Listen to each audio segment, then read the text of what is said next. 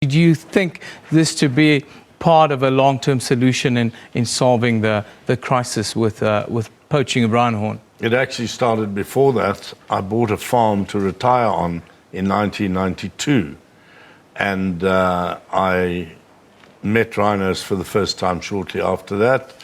During the 90s, I became aware of, first of all, what wonderful animals they were, and secondly, the persecution they were going through in Africa. And they literally climbed the top of my hit parade, and I became more and more aware that if we didn't do something about it, we would lose them. I was outdone by the poachers on that breeding station in the east, and that is where, in 2008, I started the current captive breeding operation where I am now. That's the one you have just alluded to. And it's simple. I just believe that if we're going to save them from extinction, we must breed them and we must protect them. You're quite passionate about legalizing this trade. Is it the answer, and why do you say so? Well, I believe the answer is what I'm doing, captive breeding operations. It's not what a lot of people think is very small, confined spaces. They are quite big spaces, but obviously not extensive like our game reserves. So that makes it easier to protect them. I believe one of the ways to protect them is to take off their horns and make it less attractive to the poacher. In other words, the poacher is still going to go through the same amount of work, the same amount of risk, but get about 1/3 of the return.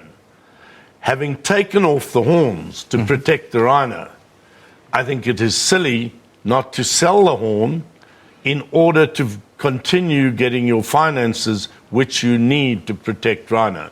Currently, my protection costs exceed all the other costs put together. That's all the feed for the rhinos, all the veterinarian management. So you have a private army pretty much that you have to employ in order to protect the rhinos that you farm. Private army, a permanent helicopter, going now for more high-tech stuff, early warning systems, radar, long-distance cameras, etc. Very expensive. Do you think it's possible to control the price and the sales of the horn, and who would you be trading with in this space, do you think? I believe that we should trade with the people who are now trading with the people who are killing our rhino horns. Our rhinos, sorry. I believe that if we went to those people and said to them, you are killing your own business, because in 5 years' time, there are going to be no more rhinos for you to kill. So why not rather come and buy a legal, sustainable source, and then you will have a continuation of your business forever. I think those people who we call all sorts of bad names would be more inclined to listen to us than what we are currently doing is say to them, go away. We will never sell you a single rhino horn. So they are going away. They're going to the people who are killing our rhinos. And it is not the demand that is killing our rhino. It's the way in which that demand is supplied. That demand is being supplied from dead rhinos, and we are suggesting that it is rather supplied from live rhinos and natural mortalities. The reality is that a rhino can regrow its horn 15 times, up to 15 times in a lifetime. About that, it grows about 10 centimeters a year. It also rubs it away naturally on trees and stones and things. So that's why it gets to a point. But if you took my rhinos and we got rid of the poaching, and you let the horn grow for 3 or 4 years, you would not even know that that rhino had been dehorned, because it'll sharpen its horn and it'll look like a normal rhino that had not been dehorned. So I believe that at any time when we have finally got rid of all poaching, my rhinos will be perfect to stock the rest of Africa. What do you think right now are some of the biggest misconceptions with regards to rhino farming and then the trade in rhino horn? I marvel at the possibility of that misconception. I'm completely convinced that what we've got to do is breed rhinos and protect them. Now, what can be wrong with that? Nothing. So protecting them, one of the ways is to remove the rhino horn. So now why don't we sell that product which is sustainable and renewable, and try and talk them out of killing rhinos to supply horns?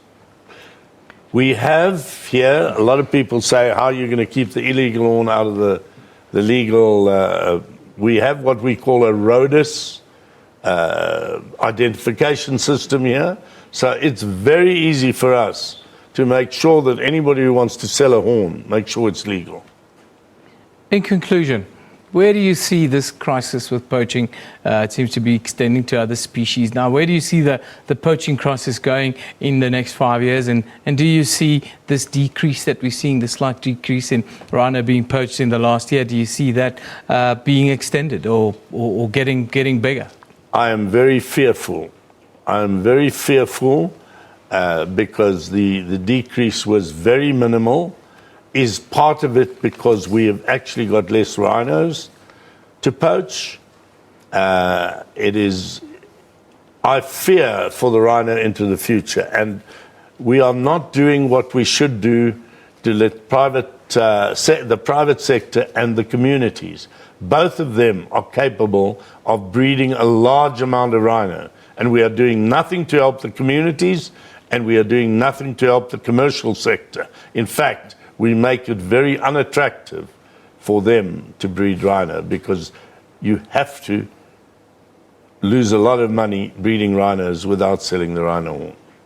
Mr. Hume, thank you very much for joining us. John Hume is the biggest rhino farmer, not just in South Africa, but in the world.